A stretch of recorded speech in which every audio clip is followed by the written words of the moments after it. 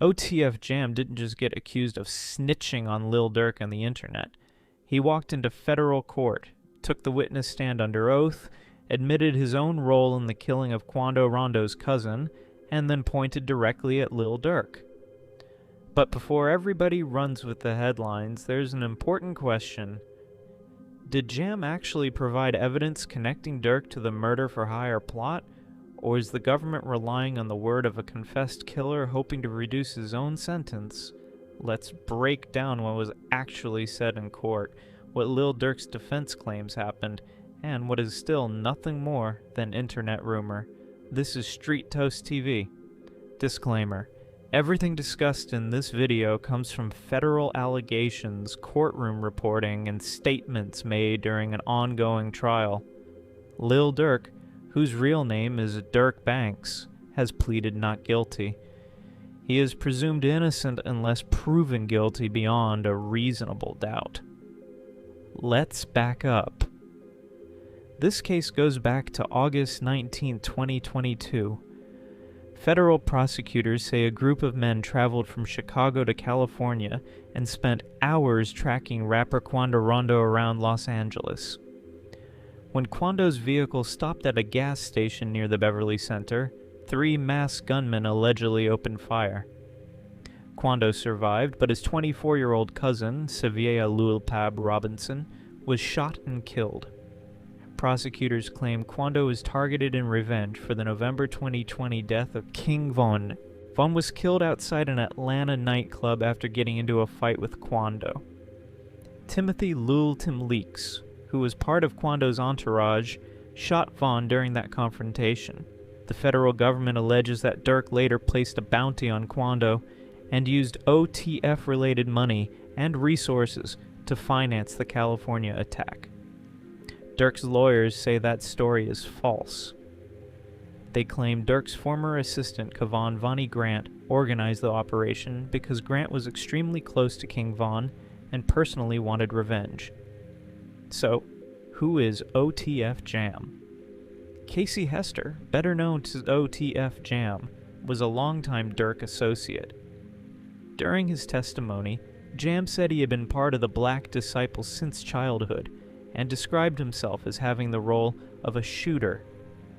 He testified that he previously spent approximately 12 years in prison, and that Durk stayed in contact with him during that time. According to Jam, Durk answered his calls, placed money on his books, and even contributed $1,000 toward his attorney. That history is important. This wasn't somebody who barely knew Durk. According to Jam's own testimony, Durk supported him while he was incarcerated, and continued bringing him around after his release. Jam has now pleaded guilty to participating in Lul Pab's murder, as well as another murder committed when he was a teenager. And as part of his guilty plea, he agreed to cooperate with federal prosecutors.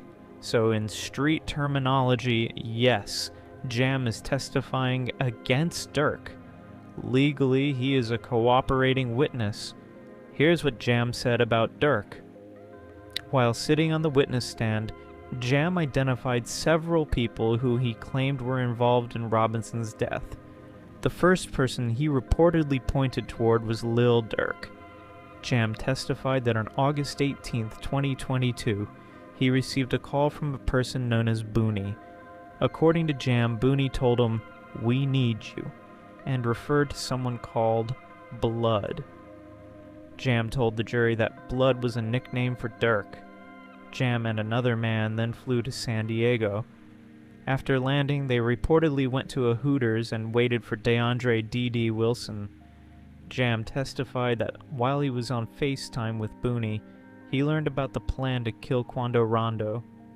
He claimed that he could hear Durk's voice saying, "I'm here," through a separate phone. Pay close attention to that detail. Jam did not testify that Durk personally told him in a direct conversation to kill Quando, at least not during this portion of his testimony. What he claimed was that Durk's voice could be heard through another phone while the alleged plot was being discussed. Jam also said Durk was later on FaceTime with Dee Dee Wilson while the group traveled from San Diego to Los Angeles. According to Jam, Wilson referred to 2 members of the group as Navy SEALs during that conversation. Jam further claimed that the group stopped to purchase black hoodies and gloves, and that Kayvon Grant obtained 3 guns. The group allegedly intended to attack Quando on August 18th, but Jam said the area had too many police officers around it, so the plan was delayed until the following day. So why did Jam participate? Jam told the jury he didn't want to participate, but believed he had no choice.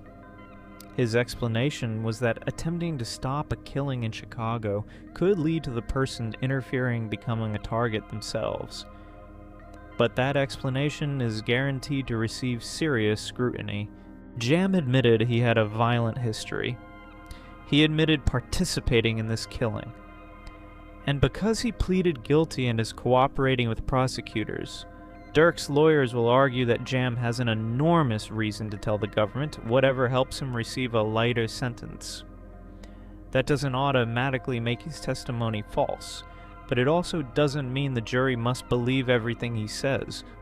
The government will need to connect his story to independent evidence such as phone records, flight purchases, surveillance footage, financial records, messages, and testimony from other witnesses.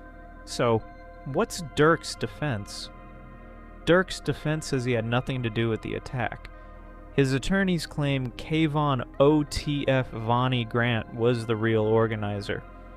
According to the defense, Grant arranged hotel rooms, secured vehicles, obtained guns, and purchased ski masks using a credit card connected to Durk.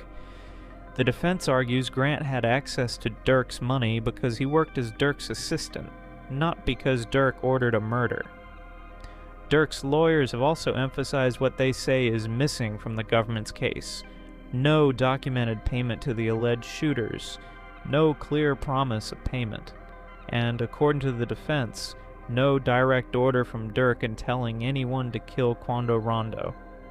Their position is that the cooperating witnesses pleaded guilty to murder and are now attempting to save themselves by handing prosecutors a bigger target. That bigger target is Lil Durk. Now let's correct one major piece of misinformation. When Durk was originally arrested in 2024, rumors spread claiming OTF Jam had secretly worn a wire around him for years. Some pages even claimed Jam was identified as an informant in Durk's indictment. At that time, those claims were not supported by the publicly available indictment or criminal complaint. Jam's name did not appear in those documents as a wire-wearing informant. What we can confirm now is different. Jam pleaded guilty, agreed to cooperate, and has started testifying against Durk in federal court. That is real. The story about him secretly recording Durk for years should not be presented as fact without actual recordings or court documents proving it. Why this testimony matters. Jam's testimony could be extremely damaging because he is placing Lil Durk inside the alleged conspiracy, but it could also become a major weakness for the prosecution. The jury is being asked to trust a man who admits he participated in multiple killings and who may benefit from cooperating. If his testimony matches phone data, travel records, surveillance footage, and other witnesses, prosecutors could argue that those pieces confirm his account. If his timeline falls apart during cross-examination, or if the defense proves that his statements changed after he began seeking a deal, the jury may view him as somebody saying whatever is necessary to survive. That is why Jam taking the stand is only half the story. The real battle will happen when Durk's attorney, Brian Steele, begins challenging his motives, memory, and version of events. So, did OTF Jam snitch on Lil Durk? By the street definition, he pleaded guilty and is now giving sworn testimony that directly implicates Lil Durk. That part is no longer a rumor.